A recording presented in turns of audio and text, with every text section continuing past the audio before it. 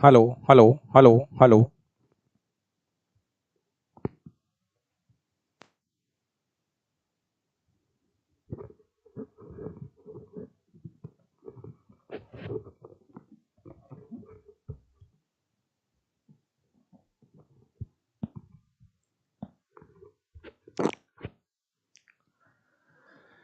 नमस्कार दोस्तों, मैं संजय डाबरा आप सभी विद्यार्थियों का हार्दिक स्वागत करता हूं डाबरा क्लासेज के ऑनलाइन प्लेटफॉर्म पर। सभी विद्यार्थियों को नमस्कार, गुड इवनिंग। और एक बार जल्दी से जितने भी भाई लाइव है जल्दी से कमेंट करके बताओ आवाज वगैरह सब कुछ ठीक है। बिल्कुल भाई हरकेश, एक बार वीडियो को जल्दी से शेयर कर दीजिए। और रविवार के दिन भी नहीं छोड़ा मेरे भाई, पीछा उस दिन छूटेगा जिस दिन ज्वाइनिंग लेटर आपके हाथ में आ जाएगा। कुछ भाई, सर आज तो रविवार है। मेरे भाई रविवार अभी कोई रविवार नहीं है। रविवार का पता आपको उस दिन चलेगा जिस दिन आपकी नौकरी लग जाएगी। अभी तो आपके लिए हर दिन ही रविवार है। इसलिए जब हम तैयार हैं तो आप भी तैयार रहिए। आप खुद सोचिए कि हमको ज्यादा टेंशन है या आपको ज्यादा टेंशन है, यही नहीं समझ में आ रहा। हम सारे दिन बंदे रहते हैं, नहीं शाम को क्लास होगी, हम बंदे हैं आपके चक्कर में। बाकी आपकी मर्जी है। सभी दोस्त एक बार वीडियो को लाइक और शेयर कर दीजिए। पेपर रेगुलर चल रहे हैं। प्यारे विद्यार्थियों, आज की क्लास के अंदर पेपर नंबर 35 हम आपको कराएंगे। और आप सब भाइयों को पता है कि हम 2024 के जो लेटेस्ट पेपर है जो कि टीसीएस ने करवाए है। और प्यारे विद्यार्थियों, रेलवे की जिम्मेदारी अभी भी टीसीएस की है। रेलवे की जिम्मेदारी अभी भी टीसीएस के पास में है। और टीसीएस का दूसरा नाम है एनसीईआरटी। जी हां, टीसीएस के जितने भी पेपर आप देखोगे ना, तो आपको केवल और केवल एनसीईआरटी नजर आती है। उससे बड़ी कोई ताकत नहीं है इस दुनिया में। तो आज है पेपर नंबर 35। मतलब प्यारे विद्यार्थियों, आपको सबको अब पता चल चुका है कि एएलपी के 15 पेपर हम करा चुके हैं। ये टेक्नीशियन का पेपर नंबर 20 है। ये टेक्नीशियन का 20वां पेपर है दोस्तों। आपको मैं बता दूं, 2024 के अंदर टेक्नीशियन के टोटल 23 पेपर हुए थे। जी हां दोस्तों, 2024 के अंदर टेक्नीशियन के टोटल 23 पेपर हुए हैं। तो आज हमारा ये इसका 20वां पेपर है। 10 बजे भी क्लास होगी जहां पर आपको ग्रुप डी के 99 पेपर कराए जा रहे हैं। जी हां, 10 बजे भी क्लास होगी रात को, जहां पर ग्रुप डी के 99 पेपरों का सॉल्यूशन आपको कराया जा रहा है। अगर किसी भी भाई को साइंस पढ़ना है, जी हां मेरा भाई, अगर किसी भी विद्यार्थी को एनसीईआरटी का साइंस का बैच पढ़ना है तो लाइव बैच की फीस 399 रुपए है। और रिकॉर्डेड बैच की जो फीस है वो 299 रुपए है। 1 साल की वैलिडिटी है। और लाइव बैच में अभी केमिस्ट्री चल रही है, उसके बाद में मैं आपको बायो पढ़ाऊंगा, फिर फिजिक्स पढ़ाऊंगा। लाइव बैच चलता ही रहेगा। लाइव बैच में आपको रिकॉर्डेड भी दे रहे हैं हम। जो 399 जो फीस है लाइव बैच की, इसके अंदर हम आपको रिकॉर्डेड बैच भी पहले से ही प्रोवाइड करा दे रहे हैं। तो ये लाइव भी चलता रहेगा, रिकॉर्डेड भी चलता रहेगा। इसके अलावा ये मेरी दोनों किताबें हैं, हाथ से लिखी गई है। अगर आप चाहो तो इसे आप हमारी डाबरा क्लासेस जयपुर एप्लीकेशन से ऑर्डर कर सकते हैं। ये दोनों किताब आपको 599 रुपए में, इस पे 599 इसकी फीस रखी है दोस्तों। इसके अंदर फीस तो मैं इसको 500 रुपए भी कर देता, लेकिन 500 रुपए में हम आपका डिलीवरी चार्ज भी ऐड कर देते। अब इसमें क्या है, देखिए, कुछ को लगता है कि ये तो 600 रुपए की किताब है। भाई अगर मैं इसको, आप ऐसे समझो, अगर मैं इसको 499 करके और मैं इस पे 80 रुपए का डिलीवरी चार्ज लगा देता, बात वही थी। लेकिन आपको कोई अलग से डिलीवरी चार्ज देने की जरूरत नहीं है। सैनी भाई जोधपुर से लगातार क्लासें देख रहे हैं और बहुत रेगुलर स्टूडेंट है। भैया हम तो जितने भी रेगुलर स्टूडेंट्स हैं उसके लिए यही कामना करते हैं कि जल्दी से आपकी नौकरी लग जाए। आज होगा आरआरबी टेक्नीशियन ग्रेड थर्ड 29/12/2024 का थर्ड शिफ्ट का पेपर। प्यारे विद्यार्थियों, ये आज का पहला क्वेश्चन है। तो अब हमें चाहिए यहां से पूरा 1 घंटा। जी हां दोस्तों, 8:08 हुई है, 9:08 पे आपका पेपर समाप्त हो जाएगा। चलिए, पहला क्वेश्चन आपकी स्क्रीन पर है। सबसे पहला क्वेश्चन, किसी वस्तु की प्रारंभिक स्थिति से अंतिम स्थिति तक मापी गई न्यूनतम दूरी क्या कहलाती है? दोस्तों, न्यूनतम दूरी क्या कहलाती है? प्यारे प्यारे विद्यार्थियों, आपको पता होगा, जैसे मान लीजिए कोई व्यक्ति ए बिंदु से चला और ये ऐसे घूम घामने के बाद में पता चला कि ये यहां आके रुक गया। तो प्यारे विद्यार्थियों, प्रारंभिक बिंदु और अंतिम बिंदु के बीच की न्यूनतम जो दूरी मापी जाती है उसे हम विस्थापन कहते हैं। उसको हम क्या बोलते हैं? विस्थापन कहते हैं। दोस्तों, दूरी होती है पथ की लंबाई। दूरी होती है पथ की लंबाई। प्यारे प्यारे विद्यार्थियों, विस्थापन कैसी राशि है? क्वेश्चन आता है। देखिए, दूरी का मात्रक भी मीटर होता है, दूरी का मात्रक भी मीटर होता है, विस्थापन का मात्रक भी मीटर होता है। दोस्तों, दूरी एक अदिश राशि है जबकि विस्थापन एक सदिश राशि है। इसके अलावा दूरी हमेशा धनात्मक होती है, दूरी हमेशा धनात्मक होती है, जबकि विस्थापन धनात्मक भी हो सकता है, ऋणात्मक भी हो सकता है, शून्य भी हो सकता है। बस इतना सा ही याद करना है। चलिए,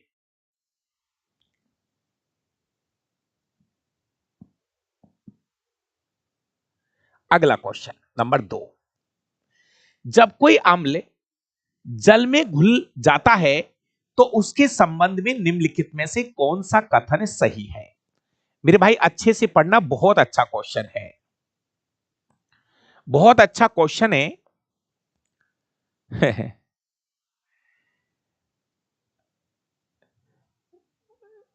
दिल्ली नहीं गए गुरुजी? भैया, दिल्ली आप चलो यार साथ में, गुरुजी क्या करेंगे वहां? है स्टूडेंट्स, स्टूडेंट्स चाहिए इस दिन है गुरुजियों से। ठीक है, वो आने दो। हमारे जितने भी सीनियर गुरुजी है, अपन तो छोटे मोटे गुरुजियों में हमारा नाम आता है, तो जितने भी बड़े गुरुजी है वो गए हैं, उनको एक बार हुए आने दो। अपनी छोटे मोटे टीचरों की जरूरत पड़ेगी या स्टूडेंट्स की जरूरत पड़ेगी तो देख लेंगे। भाई अभी क्या, बड़े बड़े गुरुजी गए हैं वहां पे, हमारे जितने भी सीनियर गुरुजी हैं, और जैसे ही उनका आदेश मिलेगा कि छोटे गुरुजी भी आ जाओ तो हम भी आ जाएंगे। अभी बड़े गुरुजी गए हैं वहां पे, है ना? हाँ भाई,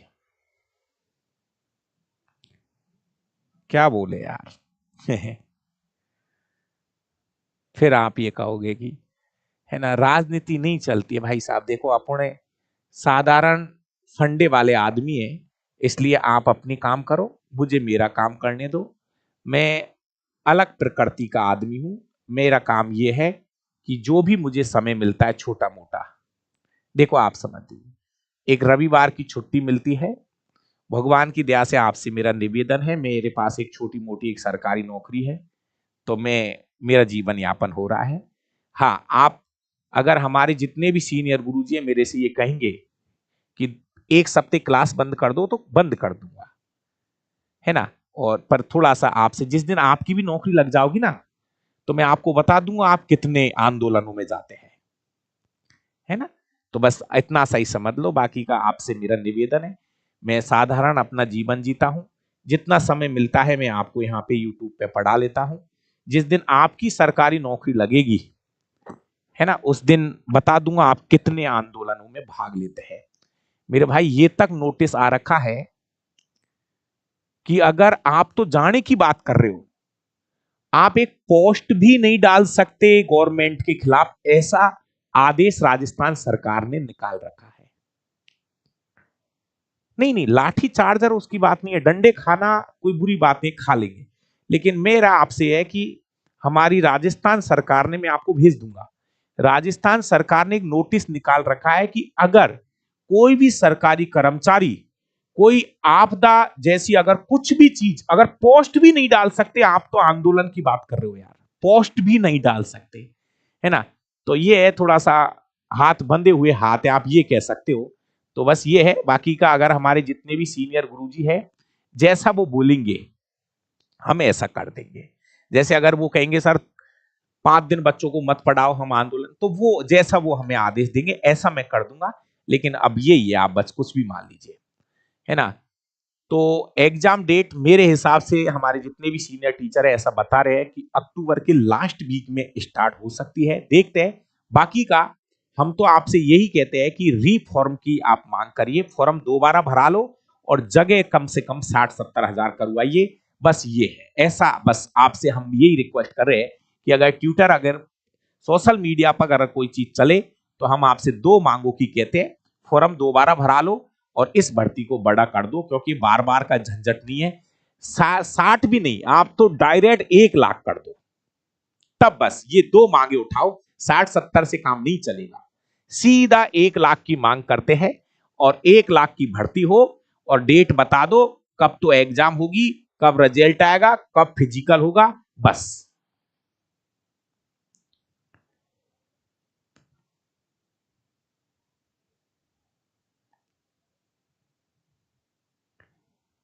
हाँ बस ठीक है, कर लेते अब, है ना। एग्जाम का थोड़ा सा कोई दिक्कत नहीं है। तो प्यारे विद्यार्थियों, अब क्वेश्चन नंबर 2 पे आ जाओ। देखो आप अपना समय भी खराब मत करिए, क्योंकि 10 बजे फिर मेरी क्लास होनी है। प्यारे विद्यार्थियों, जब कोई अम्ल जल में घुल जाता है, अम्ल को पानी में घोलना है, जैसे ये HCl है। जब हम इसको पानी में घोलते हैं, जिसको आप जलीय विलयन कहते हैं, तो ये H+ और OH- आयन में टूट जाएगा।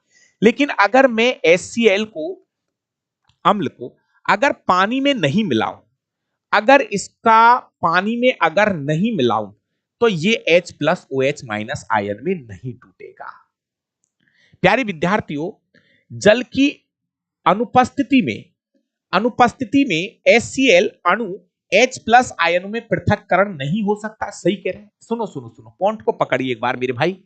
ये कह रहा है, ये कह रहा है अगर जल की अनुपस्थिति में, जल की अनुपस्थिति में अगर HCl को H+ आयनों द्वारा पृथक्करण नहीं हो सकता, नहीं हो सकते। अगर मेरे पास HCl है, अगर मैं यहां जल का यूज नहीं करूंगा, तो ये H+ और Cl- आयन में नहीं टूट सकता। इसके बाद में हाइड्रोनियम आयनों को हमेशा, देखो प्यारे विद्यार्थियों, जो हाइड्रोजन आयन है, ये H+ आयन है ना, ये अकेले नहीं रह सकते, ये वापस जल के साथ क्रिया करके हाइड्रोनियम आयन बनाते हैं, हाइड्रोनियम आयन बना लेते हैं। ये भी कथन सही है, ये भी कथन सही है, ए और बी दोनों ही सही है। ऑप्शन नंबर सी राइट है। एक भाई का मैसेज है, सर मैं कांस्टेबल में नौकरी कर रहा हूं और वास्तव में गवर्नमेंट के कुछ नियम कायदे होते हैं वो मानने पड़ते हैं। बिल्कुल भाई, आप नौकरी करिए, बहुत बहुत धन्यवाद। लेकिन दादा, कभी हम जैसे छोटे भाई जाते डंडा मत मारा करो, है ना। हाँ, आप नौकरी करो, बहुत अच्छी बात है, लेकिन है ना दादा, कभी छोटे मोटे स्टूडेंट हो गया, डंडा सूता मत करो। आप क्या, जब भी आपको मौका मिल जाते हो ना, तो आप धड़ाक धड़ाक उड़ाते हो। तो थोड़ी सी यार, आप भी स्टूडेंट रहे होंगे, तो कभी जैसे कोई छोटे मोटे आंदोलन होते हैं ना, तो स्टूडेंटों को धड़ाक खड़ाक खड़ाक उड़ाया मत करो यार भाई साहब, है ना। थोड़े से अब आप, वो बारी बात ठीक है, लेकिन कभी आपको मौका मिल जाता है ना, आप बुरा मारते हो। किसी अम्ल के सोडियम या पोटेशियम लवण को साबुन के रूप में कैसे परिभाषित करते हैं? प्यारे विद्यार्थियों, किसी अम्ल के, तो वो होता है कार्बोक्सिलिक अम्ल। प्यारे विद्यार्थियों, हम ऐसे लिखते हैं RCOO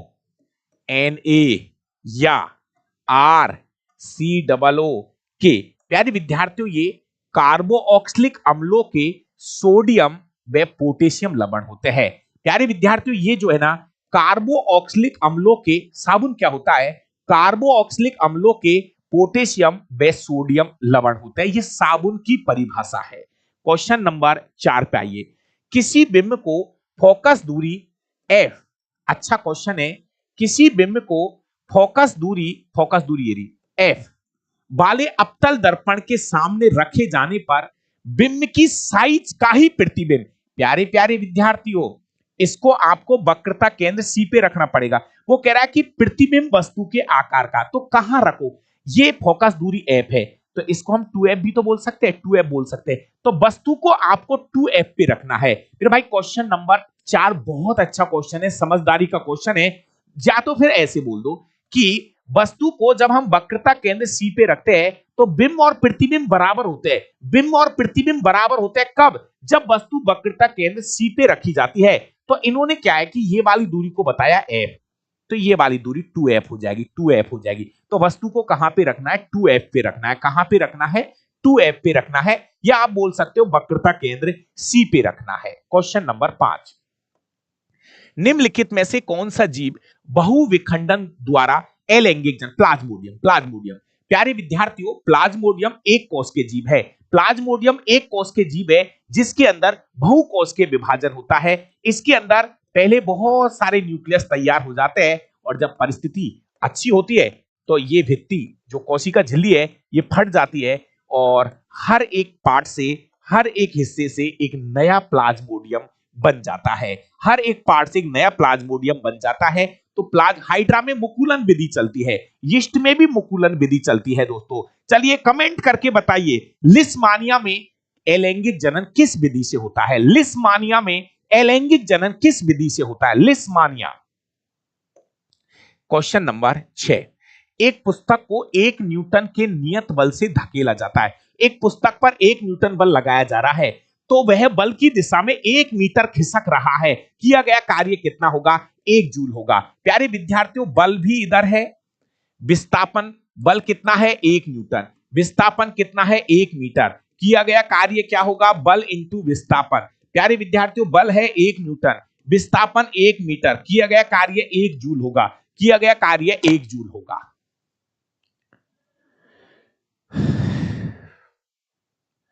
अगला क्वेश्चन, क्वेश्चन नंबर 7, निम्नलिखित में से कौन सा राइजोपस का एक जनन अंग नहीं है? ये बढ़िया क्वेश्चन आया।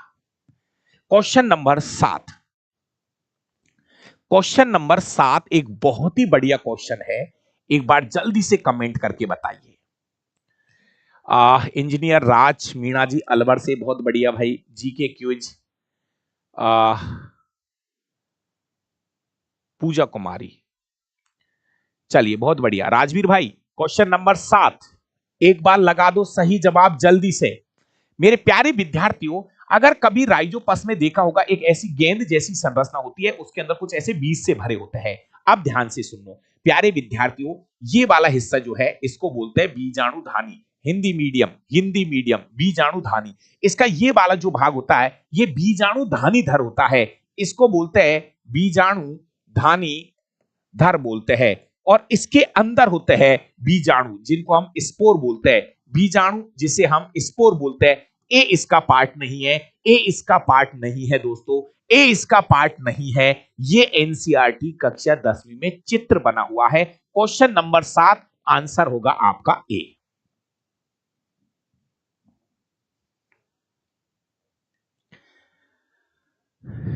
चीजों को और थोड़ा सा मौका मिले तो इनको हिंदी इंग्लिश दोनों मीडियम में सीखने की कोशिश करो, हल्का हल्का सा।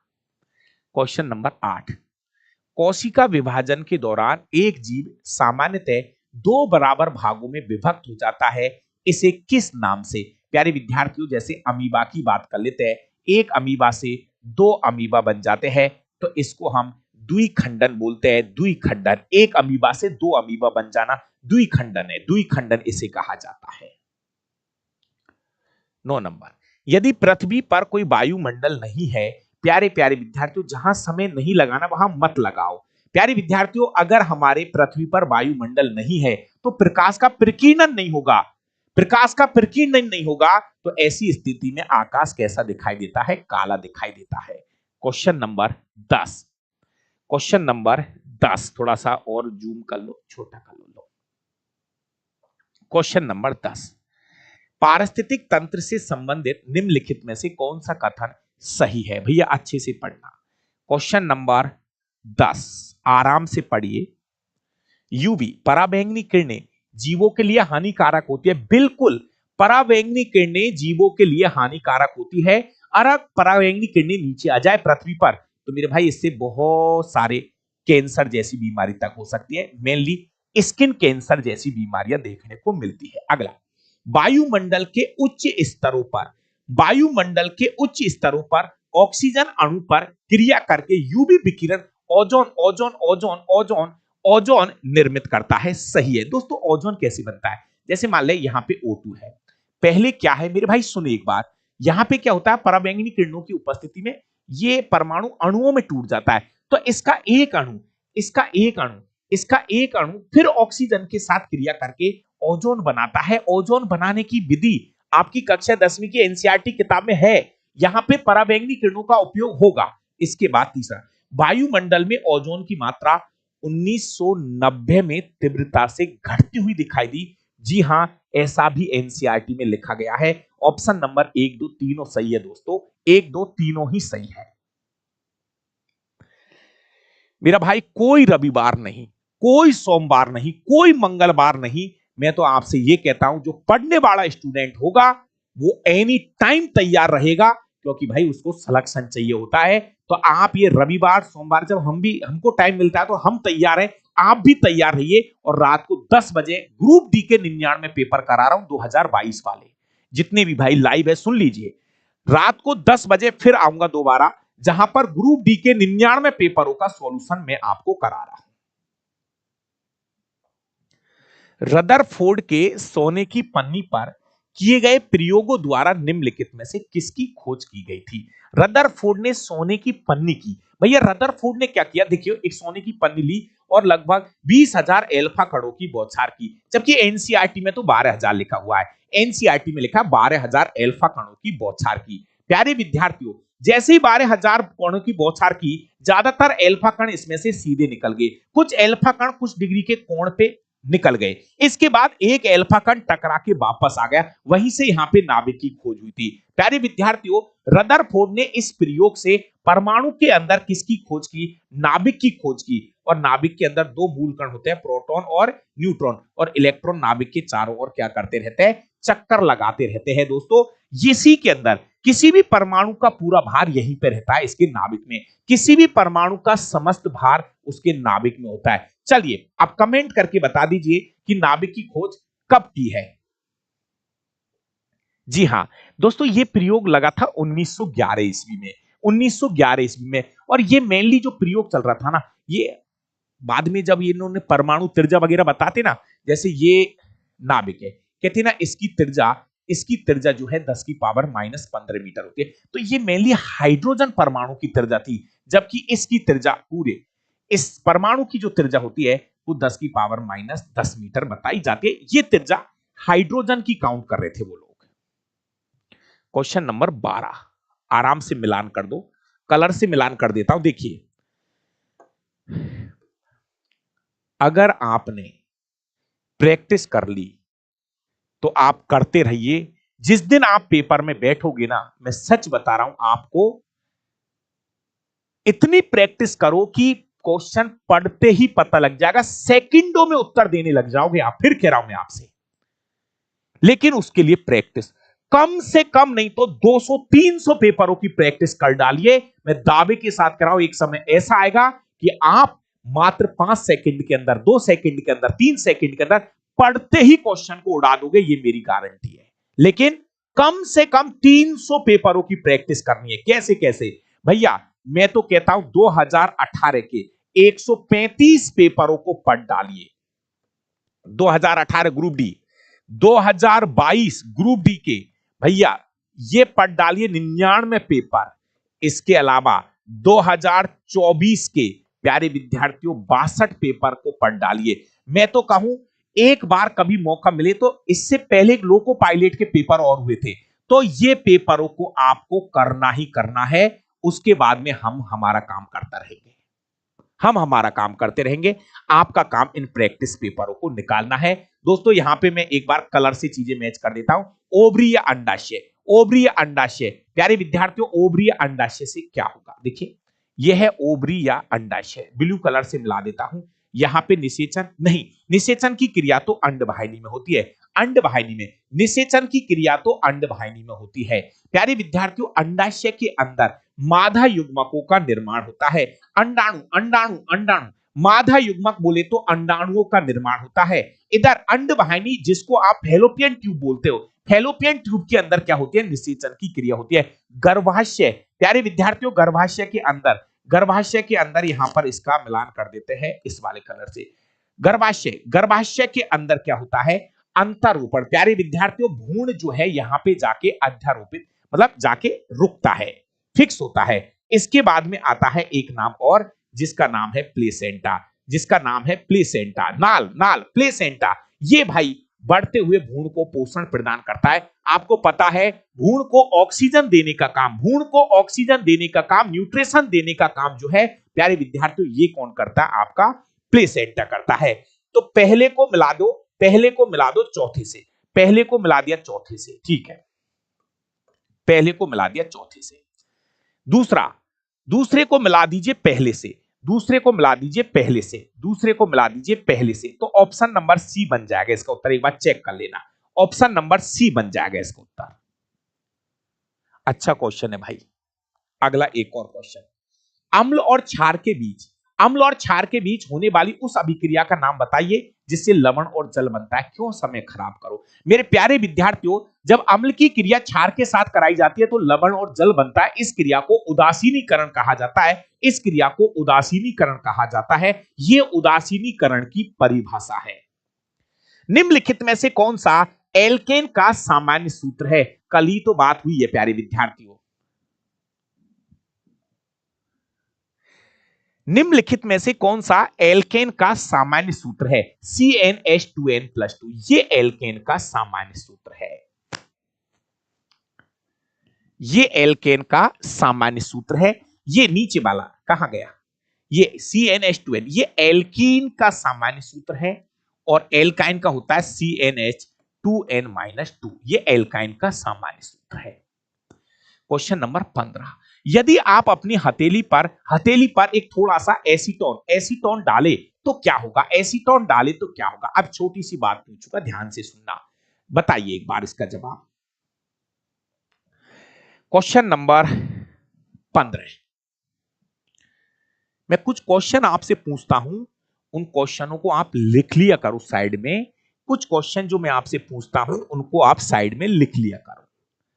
मेरे प्यारे विद्यार्थियों, आपने देखा होगा जब हम एसीटोन को हथेली पे रखते हैं तो एसीटोन क्या करता है, हमारी हथेली से ऊष्मा लेता है। सुनिए मेरा कंसेप्ट सुन लीजिए, बाकी आपको जवाब तो पता है, कोई दिक्कत नहीं है।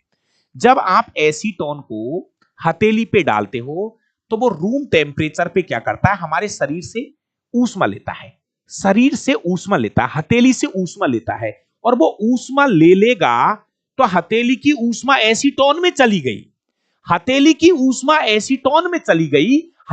गर्मी एसीटोन में चली गई, तो हथेली क्या हो जाती है, ठंडी हो जाती है, ठंडक हो जाती है। भैया ये ठंडक पैदा क्यों हुई? वो इसलिए हुई कि हमारी हथेली की ऊष्मा एसीटोन ने ले ली। सेम यही क्रिया होती है जब हमारे शरीर से पसीना आता है, सेम डिटो रिएक्शन जब हमारे शरीर से क्या आता है, पसीना आता है। इससे हथेली में ठंडक का क्या होता है, अनुभव। अब 210 बच्चे लाइव है, मैं आपसे ईमानदारी के साथ क्लास का टाइम बता दो मेरा भाई। ये वाली क्लास 8 से 9 होती है, ये वाली क्लास का टाइम 8 से 9 है। इधर 10 बजे हम ग्रुप डी के 99 पेपर करा रहे हैं 2022 के, तो 8 से 9 नए पेपर कराए जाते हैं। मेन टाइम यही है 8 से 9, लेकिन हमने एक टाइम और ऐड किया है, 10 बजे भी क्लास होती है जहां पर हम आपको ग्रुप डी के पेपर करा रहे हैं। दोस्तों आपसे एक छोटा सा क्वेश्चन पूछता हूं, ईमानदारी के साथ बता दीजिए, एसीटोन का फॉर्मूला कौन कौन जानता है? ईमानदारी के साथ, कोई ऐसा नहीं है, यहां कोई युद्ध नहीं चल रहा। मैं तो आपसे, आप ईमानदारी के साथ बता दो कि एसीटोन का फॉर्मूला क्या होता है, कमेंट करके बता देना। एसीटोन बहुत हल्ला कर रहे हो। सही मिलान की पहचान कीजिए।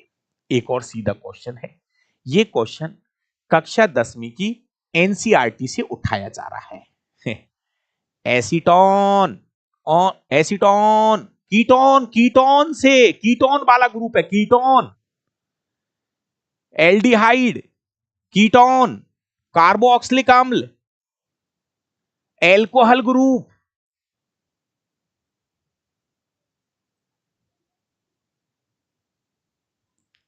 चलिए एक बार इसको देखिए प्यारे विद्यार्थियों, दो क्वेश्चन हैं, आपको मिलान करना है। जैसे ये वार्ड मस्से और सिफिलिस, ये जीवाणु जनित रोग है।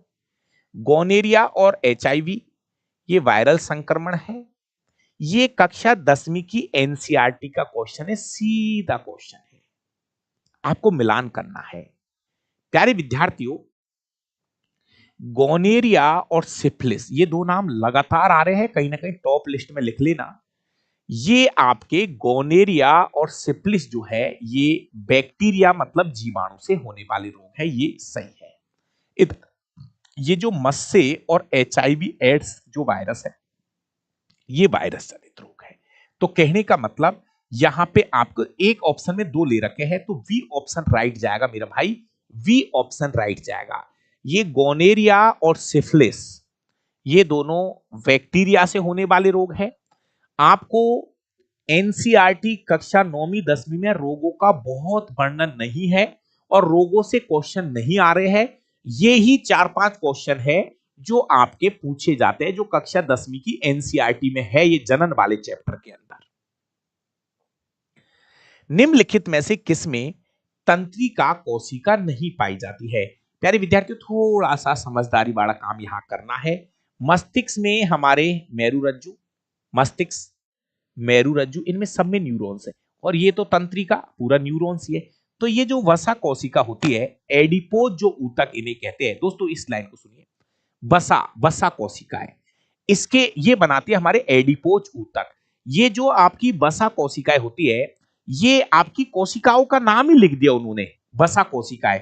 तो ये बनाती है, एनसीईआरटी में रोग का चैप्टर नहीं है, लेकिन ये छोटा सा टॉपिक दे रखा है, जनन वाले चैप्टर में है ये। तो ये जो वसा कोशिकाएं है, ये वसा ऊतकों का निर्माण करती है। जैसे एडिपोज ऊतक, एक नाम सुना होगा, एडिपोज ऊतक जहां पर हमारा अतिरिक्त कोलेस्ट्रॉल जाके जमा होता है, हमारी त्वचा के नीचे पाया जाता है एडिपोज ऊतक। एडिपोज ऊतक जहां पे आपकी वसा अतिरिक्त जो कोलेस्ट्रॉल है वो जाके जमा होता है। एम द्रव्यमान वाली और एक समान वेग v से गतिमान वस्तु की गतिज ऊर्जा क्या होगी? प्यारे विद्यार्थियों, गतिज ऊर्जा, आपको समय खराब नहीं करना है, थोड़ा सा इनको लिखने में गलती हुई है।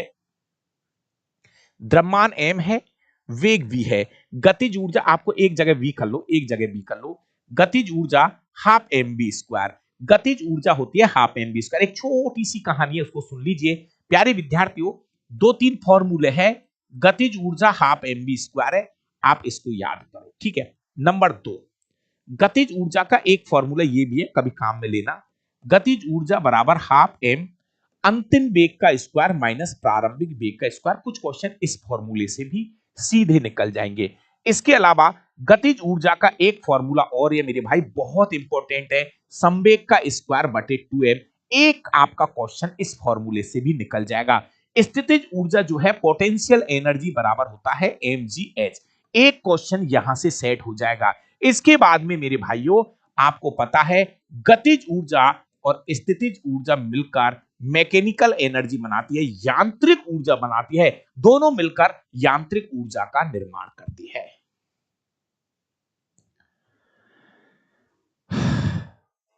चलिए क्वेश्चन नंबर 19, निम्नलिखित में से कौन सी अंतःस्त्रावी ग्रंथि है वृद्धि हार्मोन स्त्रावित करती है?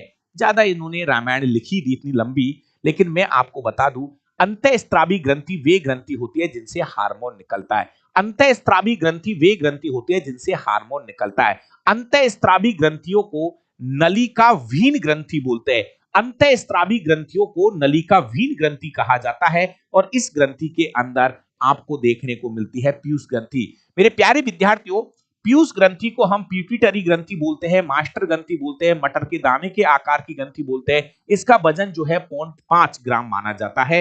और दोस्तों, सबसे छोटी ग्रंथि ये नहीं है, मानव शरीर की सबसे छोटी ग्रंथि ये नहीं है, इससे छोटी ग्रंथि तो पीनियल ग्रंथि होती है।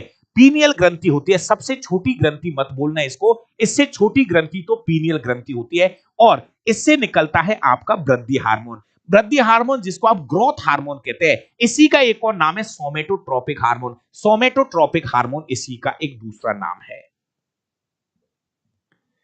जब कोई वस्तु किसी वृत्ताकार पथ में गति करती है, जब कोई वस्तु किसी वृत्ताकार पथ में गति करती है, एक समान चाल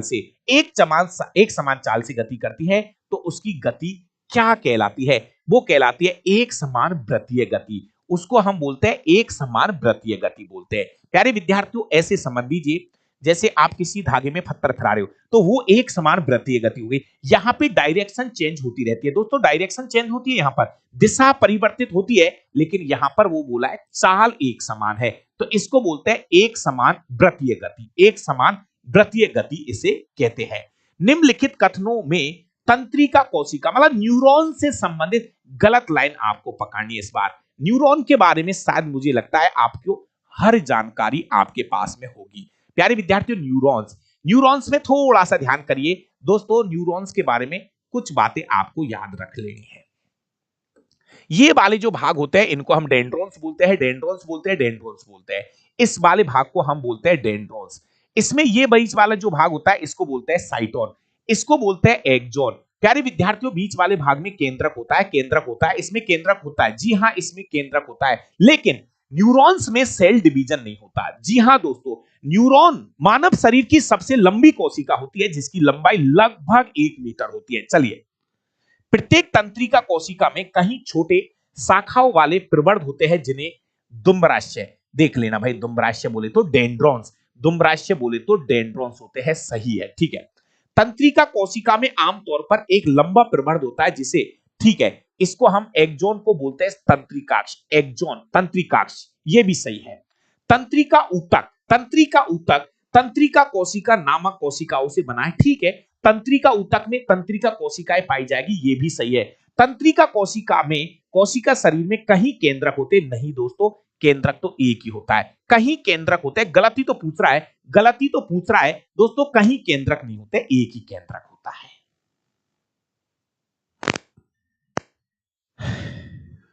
क्वेश्चन नंबर 22, दर्पण के फोकस बिंदु से ध्रुव तक की दूरी क्या कहलाती है? ये दर्पण है, ये फोकस बिंदु है। फोकस बिंदु से पोल तक की दूरी फोकस दूरी कहलाती है। फोकस दूरी कहलाती है। एक वस्तु को अवतल लेंस के फोकस, ये बढ़िया क्वेश्चन है, ये आपका अवतल लेंस की बात हो रही है। प्यारे विद्यार्थियों, एक वस्तु को जैसे ये f मान लो, इसको हम 2f मान ले थोड़ी देर के लिए। मेरे प्यारे प्यारे विद्यार्थियों, क्वेश्चन में बोला है एक वस्तु को अवतल लेंस, मैं आपको डायरेक्ट ही बता दूं, अवतल लेंस की बात हो रही है, और अवतल लेंस में जो प्रतिबिंब बनता है वो हमेशा आभासी और छोटा बनता है। अवतल लेंस में f और 2f के बीच में रखा जाता है, निम्नलिखित में से कौन सा? प्यारे विद्यार्थियों, अवतल लेंस में फिक्स है, कहीं नहीं, वास्तविक और बड़ा नहीं, वास्तविक और छोटा भी नहीं, आभासी के साथ बड़ा नहीं आता। प्यारे विद्यार्थियों, आभासी और सीधा। वी पकड़िए यार, अवतल लेंस की बात हो रही है दोस्तों। वी पकड़िए, कहां उल्टा सीधा जवाब लगा रहे हो मेरे भाई? आभासी के साथ फिक्स है, छोटा ही आता है, आभासी के साथ कभी बड़ा नहीं आ सकता। ये जोड़े चलते हैं, आभासी सीधा, वास्तविक के साथ उल्टा चलता है। नहीं भाई, 20 अभी 20 में पे ही है क्या? हाँ, क्वेश्चन नंबर 23 पे आगे भाई, हम तो कुछ भाई तो अभी 20 पे ही चल रहे हैं, पता नहीं कहां से क्या मामला है। देखिए दोस्तों, ये क्वेश्चन तो फिक्स है, इसका जवाब तो। जो स्टूडेंट लेट जुड़े हैं, मैं आपको हल्की सी सूचना बता दूं कि हम कर रहे हैं 2024 के 62 पेपर, जो एकदम लेटेस्ट पेपर है, टीसीएस ने करवाए हैं, नए पेपर है दोस्तों, और ये 35वां पेपर में करा रहा हूं। आप हमारे YouTube चैनल पर जब प्लेलिस्ट देखोगे ना, जब YouTube चैनल पे प्लेलिस्ट देखोगे तो वहां पर प्लेलिस्ट में सबसे ऊपर ये नए पेपरों की प्लेलिस्ट बनी हुई है दोस्तों। ये पेपर नंबर 35 है और 34 पेपर करा चुका हूं, पूरा प्लेलिस्ट बना हुआ है। रात को 10 बजे मैं ग्रुप डी के 99 पेपर करा रहा हूं 2022 वाले। भैया मेहनत तो करनी पड़ेगी। आप 1 घंटे की बात कर रहे हो, मैं कह रहा हूं अगर आप रेलवे की तैयारी कर रहे हो तो आज फिर कह रहा हूं 3 घंटे विज्ञान के लिए फिक्स कर दो, बाकी तुम्हारी मर्जी है। मेरा काम है आपको इतना सा कहना। अगर आप रेलवे की तैयारी कर रहे हो तो आप साइंस को 3 घंटे फिक्स कर दीजिए, बाकी आपकी मर्जी है।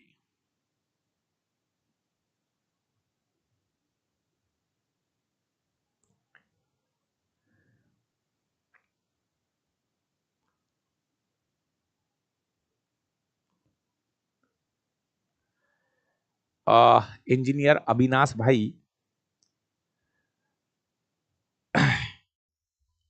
देखिए आप भी पढ़े लिखे हैं, है ना, और अच्छी बात है, आपकी भी सहमत है हम आपसे कि आंदोलन में भाग लेना चाहिए। लेकिन कुछ लोग क्या करते हैं, कुछ टीचर अच्छा करने के लिए जाते हैं और उसका आउटपुट गलत आने लगता है ना। कोई टीचरों को क्या बता देता है, कोई टीचरों को क्या बता देता है, कोई कहते हैं तो कोर्स बेचने के लिए आंदोलन कर रहे हैं, कोई कहते हैं कि ये करने के लिए आंदोलन कर रहे हैं। तो यार पता नहीं लोग किस प्रकृति के आदमी है। लग अच्छा करने जाओ वो भी बुरा है, नहीं करे तो और भी बुरा है। ये है, आप ही में से ही 30% बच्चे ऐसे आएंगे, क्योंकि टीचर तो कोर्स बेचेंगे, वो आंदोलन करेंगे तब भी बेचेंगे और आंदोलन नहीं करेंगे तब भी वो तो बेच रहे, पहले से बेच रहे, वो तो अभी भी बेचेंगे, बेचते रहेंगे, उनका तो काम है। लेकिन प्यारे विद्यार्थियों, जब आप ही के कमेंट ये आते हैं, जैसे कभी कोई 99 का बेस निकाल देगा तो आप ही के कमेंट नीचे शानदार वाले कमेंट वहां पे दिखाई देते हैं। तो यार टीचरों को पता नहीं आपने कोई कोई सब्जी मंडी समझ रखा है। आपकी मर्जी से आप उनको अच्छा बोल लेते हो, आपकी मर्जी से आप उनको बुरा बोल लेते हो। आंदोलन करे तो भी अच्छा, नहीं करे तो भी अच्छा। कोई आके कोर्स बेचेगा तो आपको लगेगा ये तो आंदोलन करने गए थे या कोर्स बेचने गए थे। इसलिए मेरा भाई, पहले हाथ जोड़ के निवेदन है मेरा आपसे, हाँ ये जरूर है कि क्लास नहीं लगाए। मेरे पास भी एक ही ऑप्शन है, अगर हमारे जितने भी सीनियर टीचर ये कह दे भाई 2-5 दिन क्लास मत लगाओ, तो वो कर सकता हूं। मैं आपसे रिक्वेस्ट करूंगा कि मैं भगवान की दया से एक छोटी सी नौकरी करता हूं सरकारी, और मेरे पास कुछ पाबंदियां है, मैं मेरे काम कर रहा हूं, बाकी का मैं जैसे अगर कुछ होगा तो मेरे सिस्टम के द्वारा मैं आपकी हेल्प करता रहूंगा। हम बिल्कुल भी, आप कुछ भी मानो कि सरकार के खिलाफ हम कुछ नहीं कर सकते। बस आपसे मेरी यही रिक्वेस्ट है। कोई कहे कि मैं आपके सरकार के खिलाफ में पोस्ट भी डालूं, तो नहीं मेरे भाई, हमारे पास सीधे सीधे आदेश आ रखे हैं कि नहीं, एक भी पोस्ट हमें नहीं डालनी है, तो मेरे भाई नहीं डालने। जिस दिन तू भी नौकरी करेगा तुझे भी बता दूंगा कितनी तू पोस्ट करे मेरे भाई। तो इसलिए मेरा काम है, मेरे पास जो समय है मैं उसमें पढ़ा रहा हूं, आपको नुकसान तो नहीं कर रहा भाई। अगर मैं पढ़ा के मेरे पढ़ाने से नुकसान हो रहा हो तो ये कह सकते हो मैं पढ़ाना बंद कर सकता हूं। बस बाकी का भाई, मैं आंदोलन में भाग नहीं ले सकता। मैं, कोई मेरे साहब से कहे कि इंटरनली गुरुजी हमारे यहाँ कुछ हो रहा है, आपको कुछ सहयोग करना चाहिए, तो मैं इंटरनली आपका जैसा सहयोग होगा मैं कर सकता हूं। लेकिन कोई कहे कि मैं आपके लिए युद्ध करूं, क्योंकि हमारे भी छोटे बाल बच्चे, हमारा जीवन यापन हो रहा है हमारी सरकारी नौकरी से। दूसरी चीज रही आपको पढ़ाने की बात, तो मेरे पास जो भी घंटे 2 घंटे मिलते हैं मैं आपके लिए हेल्प कर रहा हूं। हाँ, अगर यह है कि पढ़ाने से मेरे, अगर कोई कह दे भाई कि सर 2-5 दिन मत पढ़ाओ और उससे फायदा हो जाए, तो बस ये है कि हम इसको बंद कर सकते हैं 2-5 दिन के लिए, कि भाई हमारा यही आंदोलन है कि हम क्लास बंद कर दें।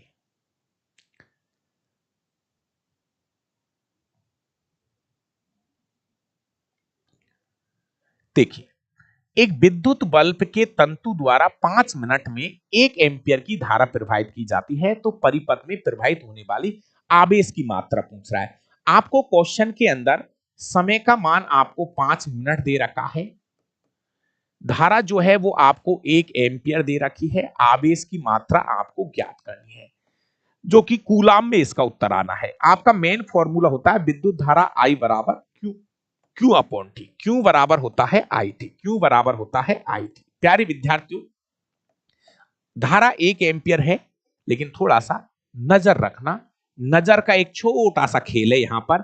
जो समय मिनट में दे रखा है उसको सेकंड में बदल लेना, जो समय आपको मिनट में दे रखा है उसको सेकंड में बदल लेना। 5 मिनट को आप 5 6 पंजो 30, 300 सेकंड आप यहां पे इसको कर लीजिए, क्योंकि समय सेकंड में यहां पे लेना पड़ता है। तो इसको आप 300 से गुणा करोगे तो यहां पे उत्तर बनेगा 300 कूलाम। इस क्वेश्चन का सही जवाब बन जाएगा 300 कूलाम। आहार नाल के भीतर ऊर्जा स्थानांतरण एक रिक्त स्थान पैटर्न है।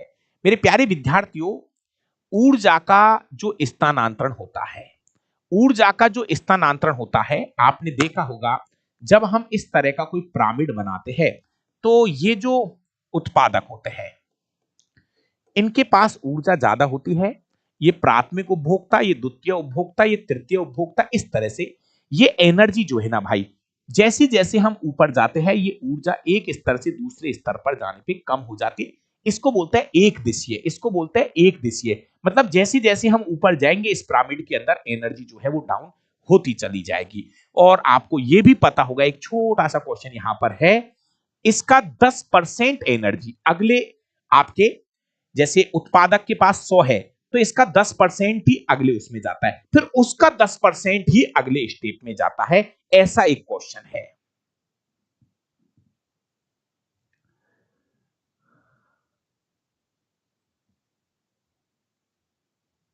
चलिए, क्वेश्चन नंबर है हमारे पास में 26। यदि किसी पिंड पर 2 न्यूटन का नियत बल इस प्रकार लगाया जाए लगाए गए बल की दिशा में पिंड का विस्थापन 0 हो तो किया गया कार्य क्या होगा?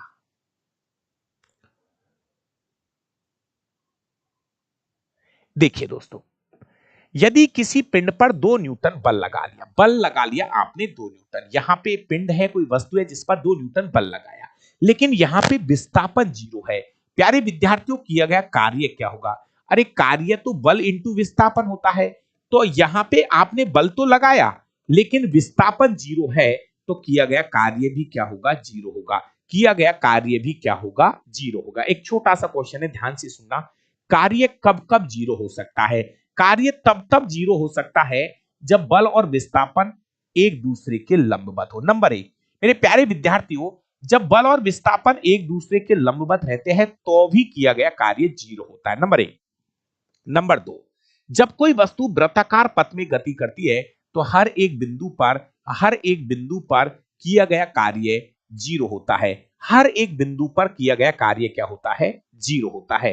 नंबर 3, प्यारे विद्यार्थियों, अगर विस्थापन 0 है तो किया गया कार्य भी 0 होगा।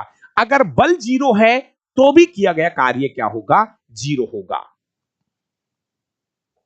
27 नंबर का क्वेश्चन, गलत युग्म का चयन कीजिए। बहुत शानदार क्वेश्चन है। एक बार भैया देखिए, आप जितने भी भाई अभी लाइव है, देखिए मैंने तो आज YouTube देखा ही नहीं, सही बताता हूं। रियलिटी है कि मुझे तो ये भी नहीं पता कि कहाँ आंदोलन चल रहा है, जैसे भी है, तो मैंने YouTube देखा ही नहीं। एक बार मैं YouTube देख लूंगा, अगर हमारे जितने भी सीनियर टीचर है अगर वो आंदोलन के लिए गए हैं, ये है, और मुझे लग रहा है कि हमें क्लास नहीं चलानी चाहिए, तो मैं आपकी 10 बजे वाली क्लास नहीं लूंगा, है ना। तो मैं एक बार देख लूंगा, मैंने यूट्यूब देखा ही नहीं आज, है ना। रविवार मिलता है, उसमें अपने बच्चों के साथ टाइम पास हो रहा था, तो मैं एक बार चेक कर लूंगा यूट्यूब। अगर ऐसा है कि हमारे जितने भी सीनियर टीचर है अगर वो दिल्ली में कहीं आंदोलन पे गए, तो मैंने यूट्यूब देखा ही नहीं, सोशल मीडिया।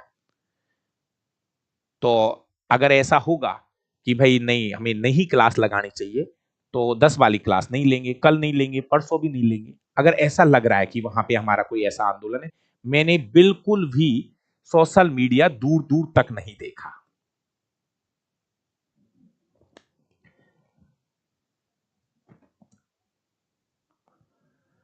एक छोटा सा क्वेश्चन यहां पर है, एक बार देख लीजिए, क्योंकि मैं इस चीज से बहुत दूर रहता हूं कि कोई मैं पढ़ाऊं, कोई गाली दे रहा है, ये है, तो उन चीजों से मैं क्या थोड़ा सा दूर रहता हूं। देखो ठीक है, मुझे लगेगा कि 5 दिन नहीं पढ़ाना चाहिए, भले नहीं पढ़ाऊंगा, जब टीचर शुरू कर देंगे मैं भी शुरू कर दूंगा, लेकिन अगर वो नहीं पढ़ा रहे, मैं भी नहीं पढ़ाऊंगा, बस ये। लेकिन मैंने आज दिन भर कोई सोशल मीडिया पर मैंने चीजें देखी नहीं, इसलिए मुझे तो ये भी नहीं पता कि कहाँ कोई आंदोलन है कि नहीं है। भाई देख, सही बात तो ये है, मैं आज फिर दोबारा देख लूंगा आपके यूट्यूब चैनल, अगर ऐसा है तो मैं भी नहीं पढ़ाऊंगा।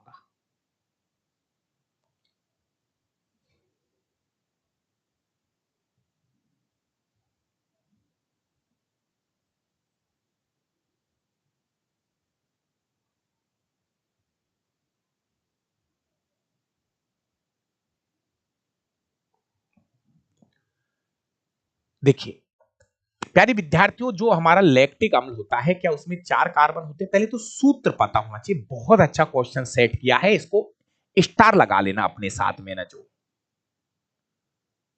देखिए लैक्टिक अम्ल की अगर बात करूं तो लैक्टिक अम्ल का फॉर्मूला होता है C3H6O3।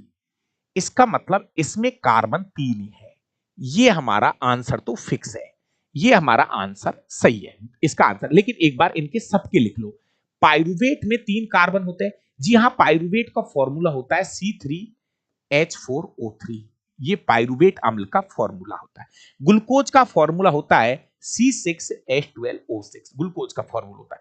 एथेनॉल प्यारे विद्यार्थियों, इसका फॉर्मूला होता है C2H5OH। आप चेक कर लीजिए, एथेनॉल में 2 कार्बन होते हैं, ग्लूकोज में 6 कार्बन होते हैं, पाइरुवेट अम्ल में 3 कार्बन होते हैं, और ध्यान रखना लैक्टिक अम्ल में भी 3 कार्बन होते हैं। तो इस क्वेश्चन का सही जवाब होगा ऑप्शन नंबर ए। इस क्वेश्चन का सही जवाब है option number A. Question number 28, निम्नलिखित में से कौन सा अजैव निम्नीकरण पदार्थों से निपटान के लिए उपयुक्त उपाय नहीं है? नहीं है, नहीं है मेरे प्यारे विद्यार्थियों। अजैव निम्नीकरण ऐसे पदार्थ जिनका जल्दी से अपघटन नहीं होता है, ऐसे पदार्थ जिनका जल्दी से अपघटन नहीं होता है, तो उनका क्या करना चाहिए? तो प्यारे विद्यार्थियों देखो, नियम ये कहता है कि उनको पुनः चक्रित करना चाहिए, अच्छी बात है। उनको रिसाइकिल करो, उनका पुनः यूज करना चाहिए, रीयूज करना चाहिए, अच्छी बात है। उनका उत्पादन कम करना चाहिए, मतलब यह है कि कोशिश करो कि उन रोज नई नहीं बने, भाई उनको यूज करो, रिसाइकिल करिए।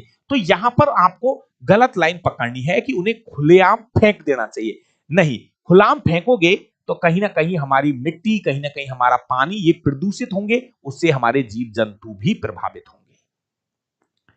29 नंबर, कॉपर को वायु की उपस्थिति में गर्म करने पर, प्यारे विद्यार्थियों कॉपर है, अगर इसको वायु की उपस्थिति में हम गर्म करेंगे, कॉपर ऑक्साइड बनेगा, काले रंग का कॉपर ऑक्साइड बनेगा, काले रंग का कॉपर ऑक्साइड बनेगा। ये दो कॉपर की संयोजकता है, कॉपर ऑक्साइड काले रंग का कॉपर ऑक्साइड यहां पे बनेगा। छोटी सी रिएक्शन है मेरे भाई। क्वेश्चन नंबर 30, एक और अच्छा क्वेश्चन एनसीईआरटी से लिया, सीधा डायरेक्ट क्वेश्चन है। बेकिंग पाउडर, भैया बेकिंग सोडा अलग है और बेकिंग पाउडर अलग है। बेकिंग पाउडर में क्या करना पड़ता है? बेकिंग पाउडर में क्या करना पड़ता है? बेकिंग सोडा के साथ में टार्ट्रिक अम्ल और मिला दिया जाता है। भैया ध्यान से देखिए, कितनी बार ये लाइन हमने हाईलाइट कर करके बोली है, ध्यान से सुनिए भाई। देखिए प्यारे विद्यार्थियों, बेकिंग पाउडर बनाने के लिए बेकिंग सोडा में क्या मिलाना पड़ता है? टार्ट्रिक अम्ल मिलाना पड़ता है। अच्छा क्वेश्चन है भाई। पीयूष ग्रंथि द्वारा स्त्रावित वृद्धि हार्मोन का काम क्या? पीयूष ग्रंथि से 2 क्वेश्चन उठा लिए यहां पर। प्यारे विद्यार्थियों, यह सभी अंगों में वृद्धि को उत्तेजित करता है। जी हां, ज्यादा आगे नहीं जाओगे, सही रहेगा। पीयूष ग्रंथि से निकलता है वृद्धि हार्मोन, ग्रोथ हार्मोन, और ये एक नहीं, सभी अंगों की वृद्धि को उत्तेजित करता है। ऐसा नहीं है नाक बढ़ रहा है, कान नहीं बढ़ रहे, नहीं, सभी अंगों की वृद्धि को यह प्रेरित करने का काम करता है। निम्नलिखित में से कौन सी प्राकृतिक घटना चंद्रमा और पृथ्वी के बीच गुरुत्वाकर्षण बल के कारण होती है? शायद पढ़ रखा होगा। प्यारे विद्यार्थियों, ऐसा होता है, इसकी वजह से होता है ज्वार और भाटा। प्राकृतिक घटना चंद्रमा और पृथ्वी के बीच गुरुत्वाकर्षण बल के कारण होती है। तो ज्वार भाटा का आना, यह हमारी पृथ्वी और चंद्रमा के बीच में ग्रेविटेशन फोर्स की वजह से ऐसा होता है। 4 ओम प्रतिरोध का एक विद्युत गीजर प्रति सेकंड 100 जूल ऊष्मा उत्पन्न करता है। धारा का मान ज्ञात करना है। अच्छा क्वेश्चन है सीधा है, लेकिन बढ़िया क्वेश्चन भी काउंट होता है। ये जल्दी से जवाब दे दीजिए, ज्यादा समय खराब मत करो। प्यारे विद्यार्थियों, आपको क्वेश्चन में प्रतिरोध का मान दे रखा है 4 ओम, और ऊर्जा दे रखी है, हीट ऊष्मा का मान दे रखा है 100 जूल। मेरे भाई प्लीज ऐसा क्वेश्चन आंसर ढूंढो, ऐसा सूत्र ढूंढिए जिसमें ये चीजें मैच कर जाए, मतलब कहीं ना कहीं ऐसा सूत्र चाहिए जिसमें हीट हो और प्रतिरोध हो।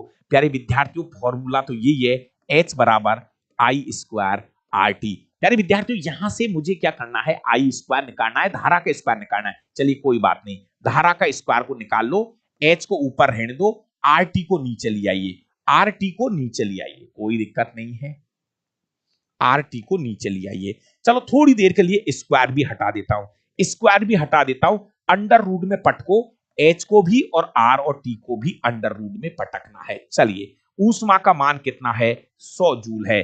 प्रतिरोध क्या कह रहे हो, प्रतिरोध ये रहा 4 ओम।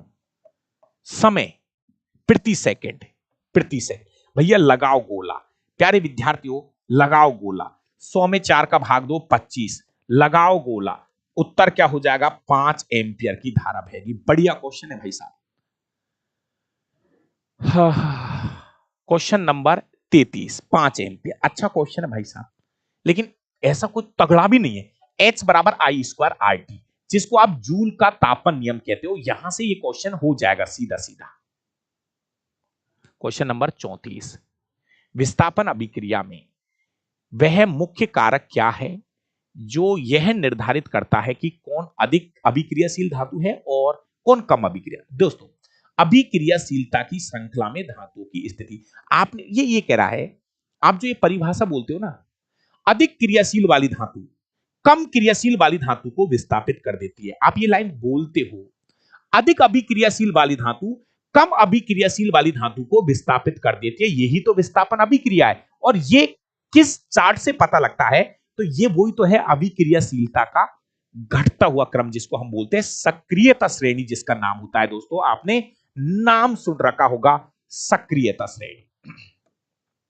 सक्रियता श्रेणी potassium, sodium, calcium, magnesium, aluminium, zinc, Fe, lead, hydrogen, copper, mercury, चांदी, सोना। ये चार्ट को बार बार लिखना, बार बार लिखना, बार बार लिखना, कोई ट्रिका ट्रिकीन की कोई जरूरत नहीं है, ज्यादा ट्रिका ट्रिकीन की जरूरत नहीं है, प्रैक्टिस करो, लिख दोगे किसी ना किसी दिन। निम्नलिखित में से कौन सा कथन गलत है, गलत कथन, गलत कथन। चांदी सोडियम की तुलना में कम अभिक्रियाशील होती है, चांदी सोडियम की तुलना में कम अभिक्रियाशील है, सही बात है, चांदी तो बहुत नीचे है, सोडियम बहुत ऊपर है। पोटेशियम सोने की तुलना में अधिक, ठीक है, पोटेशियम तो ऊपर है, वो तो ज्यादा क्रियाशील है, चांदी तो नीचे रह गई, सोना नीचे रह गया, बढ़िया बात है, सही है। सभी धातुएं समान रूप से अभिक्रियाशील नहीं होती, सही बात है। क्या सभी धातु की क्रियाशीलता एक जैसी है, नहीं, सभी धातुएं समान रूप से अभिक्रियाशील, सभी धातुएं समान रूप से अभिक्रियाशील होती है, ये लाइन गलत है। अरे धातुओं की क्रियाशीलता एक जैसी थोड़ी होती है, अलग अलग धातु अलग अलग क्रियाशीलता। 10 बजे फिर मिलेंगे, जहां पे हम आपको कराएंगे ग्रुप डी के 99 पेपरों का सॉल्यूशन। निम्नलिखित में से क्या वायु के मिश्रण का सर्वश्रेष्ठ वर्णन करता है। मेरे भाई, वायु का जो मिश्रण है ना, ये कैसा मिक्सचर है, ये एक प्रकार का समांगी मिश्रण होता है। दोस्तों, हम दो तरह के मिश्रण बोलते हैं, एक समांगी एक विषमांगी। समांगी मतलब जिसके घटक आपको अलग अलग दिखाई नहीं देते। आपको पता है कि हमारे वायुमंडल के अंदर बहुत सारी गैसें हैं, नाइट्रोजन है, क्या अलग अलग दिखाई दे रही है, पकड़ लो, ऑक्सीजन पकड़ लो, ले लो, दिखाई दे रही है क्या, नहीं दिखाई दे रही, मतलब जहां पर आपको घटक अलग अलग दिखाई नहीं दे रहे। जैसे आपको पता है आपके चारों तरफ अलग बहुत सारी वायु है, लेकिन वो अलग अलग थोड़ी दिख रही है, ये नाइट्रोजन जा रही है, ये ऑक्सीजन जा रही है ना, है ना जीतेश जी, ये आर्गन जा रही है, कहां जा रही है, तो ये एक समांगी मिश्रण का उदाहरण है। वे जीव जिनमें केवल एक कोशिका होती है उनको हम एक कोश के जीव कहते हैं, जैसे अमीबा, पैरामीशियम, प्लाज्मोडियम, ये एक कोश के जीव है, एक कोश के जीव।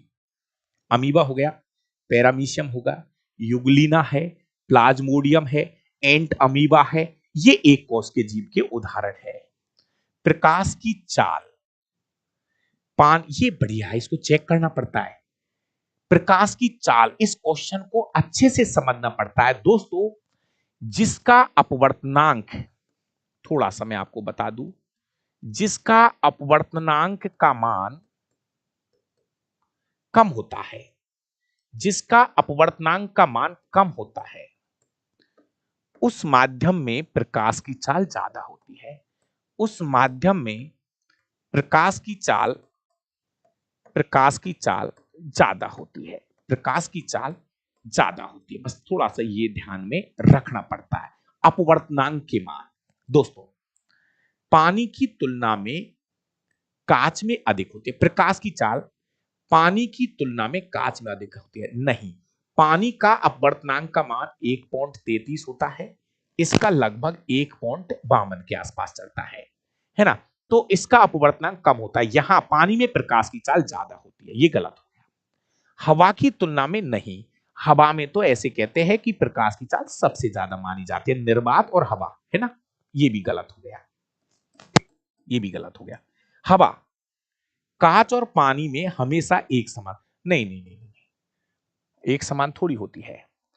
कांच की तुलना में पानी में प्रकाश की चाल अधिक होती है। जैसे कांच का अपवर्तनांक का मान लगभग 1.52 मान लेते हैं और पानी का अपवर्तनांक का मान 1.33 है ना, पानी का 1.33 होता है ना। हाँ, तो इसका अपवर्तनांक का मान क्या है, कम। जिसका अपवर्तनांक का मान कम होता है उसमें प्रकाश की चाल ज्यादा होती है। क्लियर है मेरे भाई।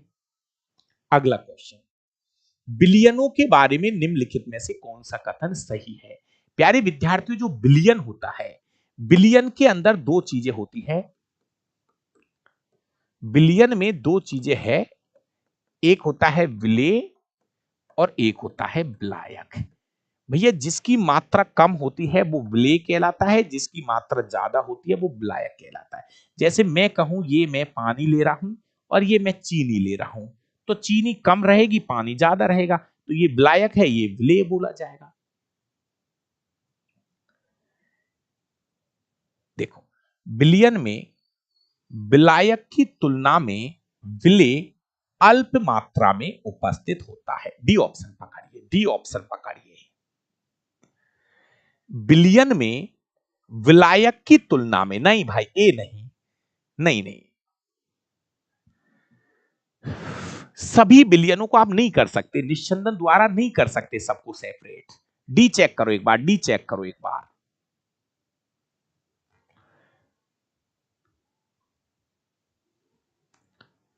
चलिए डी चेक करिए एक बार, एकदम एक्यूरेट भाषा है डी की। चलिए, ये है हमारा 40वां क्वेश्चन और ये लास्ट क्वेश्चन होगा आज का। निम्नलिखित में से कौन सा सह संयोजी यौगिक है। कल परसों अभी में मेरे लाइव बैच वाले बच्चों से मैं लड़ रहा था, मैं उनसे ये, वो मेरे से पूछ रहे थे कि सर क्वेश्चन कैसे आएगा, कैसे पता चलेगा कि ये संयोजी यौगिक है। मेरे प्यारे विद्यार्थियों देखो, जहां पर ये कैसे पता चला, ये Mg+2 और Cl- चलता है, Na+Cl-, Mg+2 और O-2, और ये मेरे भाई ये जो मेथेन है ना, ये मेथेन जो है ये एक प्रकार का कार्बनिक यौगिक है। तो मेथेन में क्या होता है, ऐसे आपके इलेक्ट्रॉनों की साझेदारी होती है, इलेक्ट्रॉनों की साझेदारी से जो बंध बनता है उसको हम सह संयोजी बंध या यौगिक कहते हैं। इलेक्ट्रॉनों की साझेदारी होती है, यहां पर लेन देन नहीं, यहां पे इलेक्ट्रॉनों की लेन देन होती है, इलेक्ट्रॉनों की लेन देन होती है वो होते हैं आयनिक बंध बनते हैं, और यहां इलेक्ट्रॉनों की साझेदारी से जो बंध बनता है इसको हम बोलते हैं सह संयोजी यौगिक। जितने भी भाई लाइव है एक बार मुझे कमेंट करके बताओ, पहले तो 10 बजे वाली क्लास लगानी है नहीं लगानी है। ग्रुप डी 2022 के 99 पेपर, भाई एक बार जल्दी से मुझे कमेंट करके बताओ कि 10 बजे वाली क्लास लगानी है या नहीं लगानी है। और जिसको विज्ञान पढ़ना है, सीखना है, टाइम है, समय है, तो सीख सकते हो, वो आपकी मर्जी है, पढ़ना नहीं पढ़ना। बाकी का एक बार मैं खुद YouTube चैनल भी देखूंगा कि क्या मामला चल रहा है ना, उसके बाद अगर सही लगेगा, बाकी 10 बजे मेरी ग्रुप डी की क्लास होती है। भैया पढ़ना तो पड़ेगा, आंदोलन भी कर लो, मांगे भी काट लो, लेकिन डंडे भी खा लो, लेकिन अनलिमिटेड पढ़ना पड़ेगा, सीधी सी बात है। करोड़ों विद्यार्थी एग्जाम देते हैं, ना मात्र की जगह होती है दोस्तों, और ये बेरोजगारी का महादौर चल रहा है, बेरोजगारी का महादौर। तो इस दौर में मैं आपसे एक ही चीज कहूंगा, आप जो चीजें चल रही है ना, सब चीजें आप चलाओ, लेकिन आपको पढ़ना पड़ेगा। अगर आपकी इच्छा हो तो 10 बजे मैं ग्रुप डी के पेपर करा रहा हूं, अगर आ जाना, अगर देखना हो तो, और नहीं तो कोई बात नहीं। थैंक यू, अच्छे रहो, खुश रहो और पढ़ते रहो।